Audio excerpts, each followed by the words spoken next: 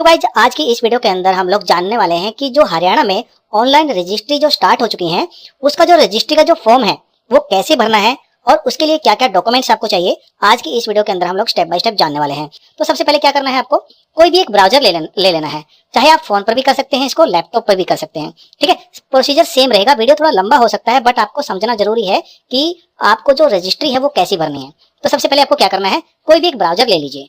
Browser ले लिया हम लोगों ने, हरियाणा की वेबसाइट पर चले जाना है। यहाँ पर revenue-haryana.government.in, यहाँ पर जाओगे कैसे, यहाँ पर कोई भी ब्राउजर ले लीजिए और उसके अंदर गूगल ओपन कर लीजिए। ठीक है, यहाँ पर आपको टाइप करना है online Haryana registry, same as it is आप टाइप कर दीजिए बस इसके अंदर और एंटर प्रेस कर दीजिए, कीबोर्ड से सर्च कर लीजिए इसको। ठीक है, जैसे आप थोड़ा नीचे की तरफ आओगे आपको यहाँ पर एक लिंक मिल जाएगा इस वेबसाइट का, जहां पर हम लोगों ने ये फॉर्म भरना है जो रजिस्ट्री का फॉर्म है जो भरना है। ठीक है, यहाँ पर क्लिक कर दीजिए इसके ऊपर। जैसे आप क्लिक करोगे तो ये वेबसाइट आपकी ओपन हो जाएगी, जैसे कि आप यहाँ पर देख पा रहे हैं। ओके, यहाँ पर आपको क्या करना है, सबसे पहले आपको रजिस्ट्रेशन करना है इसके ऊपर। वो कैसे करना है, यहाँ पर जाइए, आपको एक ऑप्शन मिल जाएगा यहाँ पर यूजर रजिस्ट्रेशन का। ठीक है, यहाँ पर क्लिक कर दीजिए इसके ऊपर।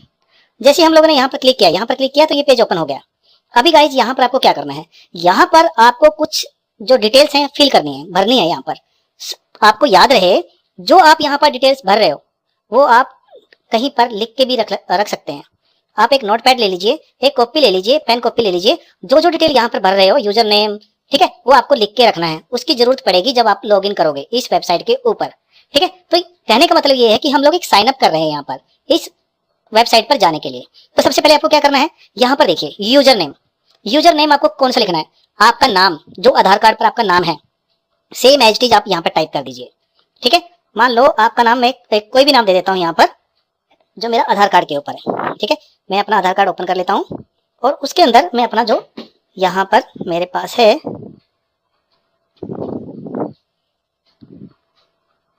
तो मैं यहाँ पर क्या करूंगा, मेरा आधार कार्ड यहाँ पर जो ऊपर नेम है यहाँ पर एंटर कर दूंगा। ठीक है, एस, ठीक है, स्पेस है तो स्पेस भी आपको देना है अगर आपका सिंगल नेम नहीं है तो। ओके, इसके बाद आपको क्या करना है, यहाँ पर आपके फादर का नाम डालना है, आपके पिताजी का नाम डालना है यहाँ पर। ठीक है, यूजर नेम में आपका नाम रहेगा यहाँ पर।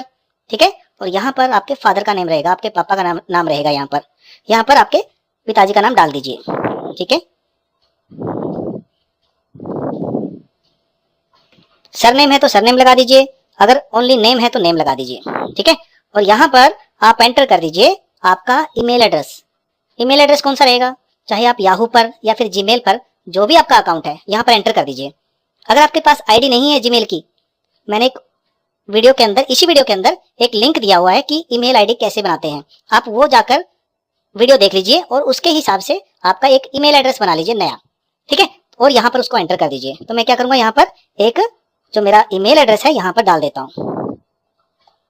ये मेरा ईमेल एड्रेस है और मैं यहाँ पर इसको एंटर कर देता हूँ। ईमेल एड्रेस अगर नहीं पता आपको कैसे बनाते हैं तो मैंने वीडियो के अंदर एक लिंक दिया हुआ है गाइज, जाके उस पर क्लिक कर लीजिए, उस वीडियो को देख लीजिए और आपका जीमेल अकाउंट बना लीजिए। इसके बाद आपको क्या करना है, यहाँ पर जाना है, जेंडर आपको सिलेक्ट करना है। जेंडर मतलब आप मेल हैं फीमेल हैं। ठीक है, इन दोनों ऑप्शन में से एक सिलेक्ट कर लीजिए। यहाँ पर सिलेक्ट कर लिया। अभी बात आती है आपके फोन की। यहाँ पर आपका फोन नंबर डालना है, बिल्कुल सही फोन नंबर जो आपके आधार कार्ड के साथ लिंक है। ठीक है, जो आधार कार्ड आपका आगे मांगा जाएगा उसके साथ आपका जो ये फोन नंबर है ये लिंक होना चाहिए। ठीक है, यहाँ पर आपका आधार कार्ड है यहाँ पर डाल दीजिए, जो आपका फोन नंबर है वो डाल दीजिए। अभी बात आती है गाइज यहाँ पर सेलेक्ट सिटीजनशिप टाइप। कहने का मतलब है कि आप कौन सी कंट्री से बिलोंग करते हो, सिटीजनशिप कौन सी कंट्री की है आपकी, आप इंडिया में रहते हो या फिर आप एनआरआई हो। ठीक है, तो हम लोग इंडिया में हैं तो हम लोग यहाँ पर ये वाला ऑप्शन सिलेक्ट करेंगे, इंडिया।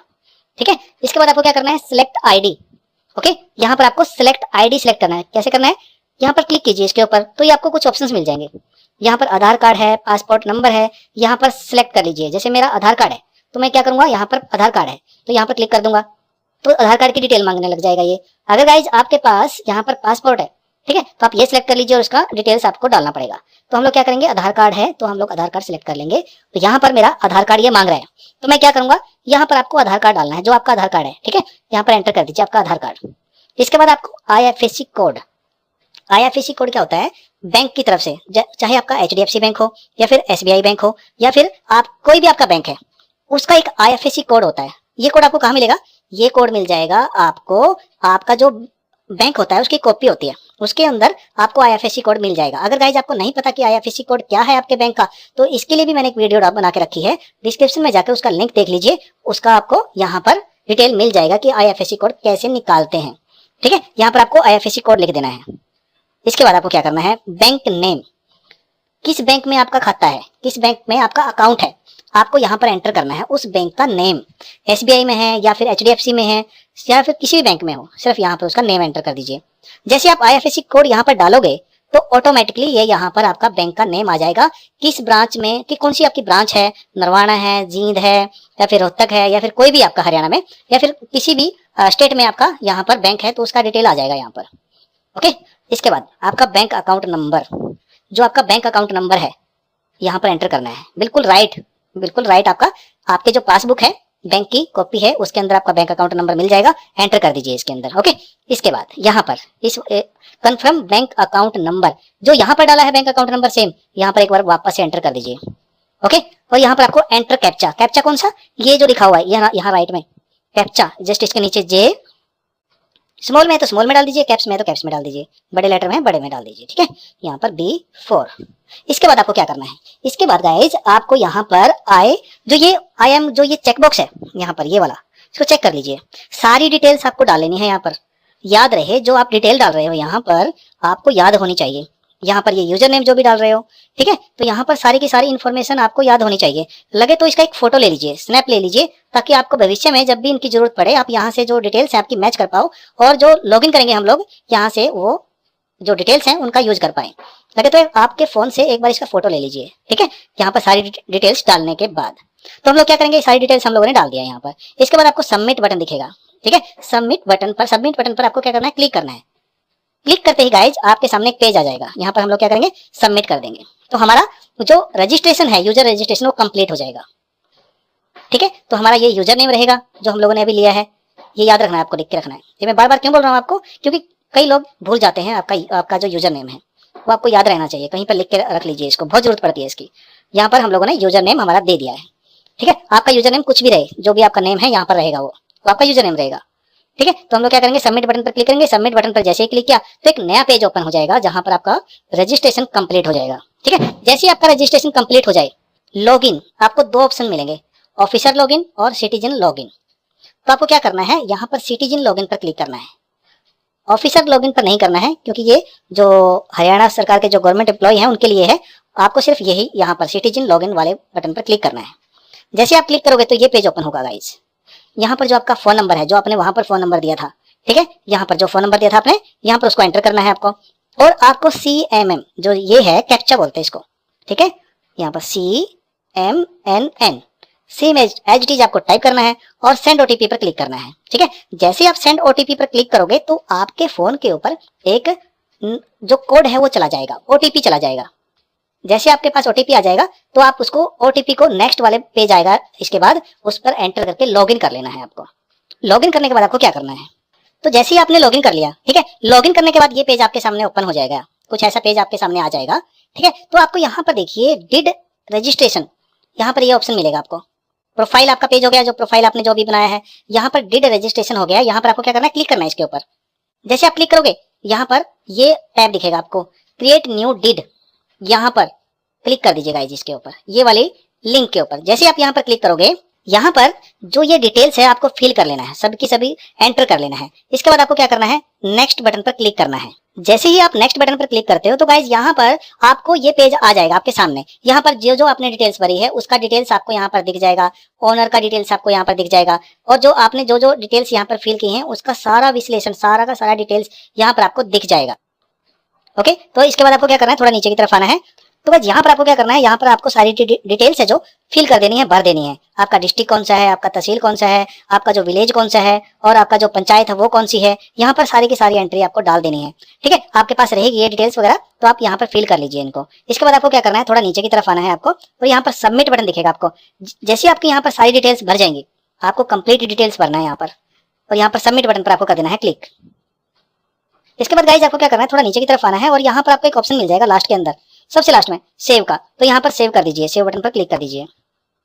डिटेल्स एक बार वेरीफाई कर लेना है आपको। तो बस यहाँ पर आने पर इस पेज के ऊपर आपको क्या करना है, यहाँ पर आपको सिलेक्ट ओनर, जो ओनर है जिससे आप जमीन खरीद रहे हो, ठीक है, जिससे आप जमीन बाई कर रहे हो, यहाँ पर उसका डिटेल डाल देना है आपको, उस बंदे का नाम डालना है जिससे आप जमीन ले रहे हो, ठीक है, कितना खेवट है आपका, हिस्सा कितना ले रहे हो, ठीक है, सारी की सारी डिटेल आपको यहाँ पर डाल देना है, ठीक है। आपका जो यूजर नेम है वो यहाँ पर रहेगा जो आपने स्टार्टिंग में दिया था, ओके। और यहाँ पर आपका लैंड टाइप क्या है आपका, ठीक है, सब टाइप क्या है, कि जो हिस्सा है वो मारला कितना है आपका, यहाँ पर सारी की सारी डिटेल आपको डाल देनी है। आपके जो डीड है आपके पास जो रहेगी, जो भी डिटेल्स है जो आपके पास कागज है, वहां पर उनके देख देख के आपको यहाँ पर डाल देना है। इसके बाद आपको क्या करना है, सारी की सारी डिटेल भरने के बाद आपको क्या करना है, नेक्स्ट बटन पर क्लिक करना है। जैसे आप नेक्स्ट बटन पर क्लिक करोगे तो आपके सामने एक पेज आ जाएगा ये वाला, ठीक है। यहाँ पर आप सिलेक्ट पार्टी, पक्ष चुनना है आपको, सेकेंडरी जो आपका जो आप खरीदारी कर रहे हो, जो भी खरीदारी कर रहा है बंदा, उसकी डिटेल डालना है। मान लो आप किसी से लैंड ले रहे हो, किसी से प्लॉट ले रहे हो, तो आपको डालना है आपकी डिटेल्स, सेकेंडरी पार्टी परचेजर जो खरीद रहा है उसकी डिटेल डालना है यहाँ पर, at the second party purchaser fill the all element details required in the form. तो यहाँ पर सारी की सारी डिटेल डालना है आपको। सिलेक्ट पार्टी, पक्ष चुने, सेकेंडरी पार्टी द्वितीय पक्ष, ठीक है। यहाँ पर सिलेक्ट पार्टी कि भाई जो लैंड है वो इंडिविजुअल है या फिर सरकारी है, इसके हिसाब से डालना है आपको, यहाँ पर सिलेक्ट करना है। सेकेंडरी पार्टी डिटेल्स डालना है, खरीदार पक्ष का विवरण देना है। यहाँ पर आपको पहचान जो प्रकार है आप कौन सा है, आपका आधार कार्ड है या फिर वोटर आईडी कार्ड है, यहाँ पर ये ड्रैग एंड ड्रॉप पर क्लिक करोगे तो आपको इसकी डिटेल्स मिल जाएगी। यहाँ पर सिलेक्ट रिलेशन क्या है आपका उससे, यहाँ पर आपका आपके फादर का नेम यहाँ पर टाइप करना है। यहाँ पर आपका फोन नंबर रहेगा, यहाँ पर आपका जेंडर रहेगा मेल फीमेल, और यहाँ पर आपका एड्रेस रहेगा घर का, और यहाँ पर आपका पैन कार्ड रहेगा, जो पैन नंबर है आपका यहाँ पर डाल देना है, ओके। आपका पैन नंबर रहेगा तो यहाँ पर एंटर कर दीजिए। और नेम ऑफ एंटर द जमाबंदी, यहाँ पर आपको जमाबंदी वाले का नाम डालना है, ठीक है, यहाँ पर डाल देना सारी डिटेल्स। इसके बाद आपको क्या करना है, यहाँ पर सबमिट बटन पर क्लिक करना है। ये डिटेल आपको बिल्कुल प्रॉपर डालना है, याद रहे। और इसके बाद आपको सबमिट बटन पर क्लिक करना है। और यहाँ पर आपको 2 गवाह भी लगेंगे, 2 गवाह बहुत जरूरी हैं, इनकी डिटेल्स आपके पास होनी चाहिए। और यहाँ पर ये दोनों के दोनों जो गवाह हैं, यहाँ पर उनकी भी जरूरत पड़ेगी जब आप यहाँ पर ये रजिस्ट्री भरोगे। और जब आप ऑफिस में जाओगे, रजिस्ट्री जो ऑफिस है जहाँ पर रजिस्ट्री बनती है, उस ऑफिस में जाओगे तो इन विटनेस की आपको जरूरत पड़ेगी। वहां पर ये आपके पास होने चाहिए 2 विटनेस। तो यहाँ पर आप जैसे ही यहाँ पर क्लिक करोगे नेक्स्ट बटन पर, यहाँ पर गाइज इस पेज के ऊपर आपको क्या करना है, सेकंड पार्टी डिटेल्स, जो खरीदार पक्ष का विवरण देना है। यहाँ पर उसका नेम रहेगा, आपका मोबाइल, यहाँ ऑटोमेटिकली आ जाएगा सब डिटेल्स। यहाँ पर जो विटनेस आपने दिए हैं उनकी डिटेल्स आपने भरी है, यहाँ पर एंटर कर दीजिए सारी की, उनका mobile number, voter ID card और उनका एड्रेस, ठीक है। आप यहाँ पर अगर आपसे गलत भरी गई है तो आप उनको डिलीट करके वापस भी ठीक कर सकते हो, डिलीट बटन पर क्लिक करके। तो इसके बाद आपको क्या करना है, यहाँ पर सारी डिटेल डाल देना है और यहाँ पर नेक्स्ट बटन पर आपको क्लिक करना है। इसके बाद गाइज आपको यहाँ पर क्या करना है, अपलोड योर डॉक्यूमेंट्स। अब आती है जो डॉक्यूमेंट्स है, जो जिन डॉक्यूमेंट्स की हम लोगों को जरूरत है, यहाँ पर सारे के सारे दस्तावेज वो आपको यहाँ पर अपलोड करने हैं। अपलोड डॉक्यूमेंट्स, दस्तावेज अपलोड करें, पीडीएफ में रहेंगे आपके या फिर जेपीजे में, ठीक है। और उसका जो साइज है वो 2 MB से कम होना चाहिए। वो जब आप अपलोड करोगे यहाँ पर वो साइज के हिसाब से अपलोड हो जाएगा। इसके बाद आपको क्या करना है, सबमिट बटन पर क्लिक करना है, यहाँ पर क्लिक कर दीजिए इसके ऊपर। तो गाइस यहाँ पर देखिए आपके सामने सेल डीड रजिस्ट्रेशन प्रीव्यू और फी, यहाँ पर जो भी आपने डिटेल्स डाली है, ठीक है, जो भी अभी तक जो हम लोगों ने फिल किया है, सारी डिटेल डाली है, वो उनका एक बार यहाँ पर प्रीव्यू दिखा देगा। मतलब आपको एक बार दिखाएगा कि आपने ये चीज भरी है आपकी जो रजिस्ट्री का फॉर्म भरते वक्त। एक बार इनको मेक श्योर कर लीजिए, चेक कर लीजिए कि सारी की सारी डिटेल्स सही है या नहीं है। अगर सही नहीं है तो बैक बटन पर क्लिक करके आप वापस से उन डिटेल को ठीक कर सकते हो, ठीक है। एक बार आपको सिर्फ चेक करने के लिए फॉर्म दिया गया है, ये वाला पेज है जो कि सारी डिटेल्स आपकी सही है या फिर नहीं है। तो एक बार मेक श्योर कर लीजिए। इसके बाद आपको क्या करना है, मेक पेमेंट करना है। जब आपका डिटेल्स वेरीफाई हो जाए तो आप यहाँ पर मेक पेमेंट पर क्लिक करके आप जो पेमेंट है वो इसके हिसाब से आपको पेमेंट दिखा देगा वो कि आपका पेमेंट कितने लगने वाला है। तो यहाँ पर आप पेमेंट कर दीजिए मेक पेमेंट पर क्लिक करके। ये ऑनलाइन रहेगा, आप यूपीआई से भी कर सकते हो, बैंक से भी कर सकते हो। जैसे आप पेमेंट करोगे तो चार्ज फॉर ऑनलाइन ट्रांजेक्शन, तो आपको यहाँ पर ट्रांजेक्शन का जो चार्ज है यहाँ पर वो दिखा देगा, ठीक है। जो ये ब्लैक किया हुआ है यहाँ पर ये परसेंटेज है और जो चार्ज है यहाँ पर वो दिखाया गया है। इसके बाद आपको क्या करना है, ओके बटन पर कर देना है क्लिक। जैसे आप यहाँ पर ओके बटन पर क्लिक करोगे तो इसके बाद आपको क्या करना है, कंटिन्यू बटन पर क्लिक करना है। यहाँ पर जो ये ग्रीन में दिख रहा है आपको, यहाँ पर क्लिक कर दीजिए। यहाँ पर आपको जो बैंक की डिटेल्स है यहाँ पर दिख जाएगी। जब आप इसको कंटिन्यू करोगे तो आपको एक नेट बैंकिंग या फिर कार्ड पेमेंट या फिर अदर पेमेंट यहाँ पर आपको सेलेक्ट करना है और उसके हिसाब से आपको पैसे ट्रांसफर कर देना है। इसके बाद आपको यहाँ पर डिटेल्स मिल जाएगा, आपका जो आपने ट्रांजेक्शन किया है उसका सारा का सारी डिटेल्स आपको यहाँ पर मिल जाएगा। एक बार चेक कर लीजिए और उसको कंफर्म कर दीजिए नीचे वाले बटन पर क्लिक करके। यहाँ पर आपका पेमेंट जो स्टेटस है वो कंप्लीट हो जाएगा।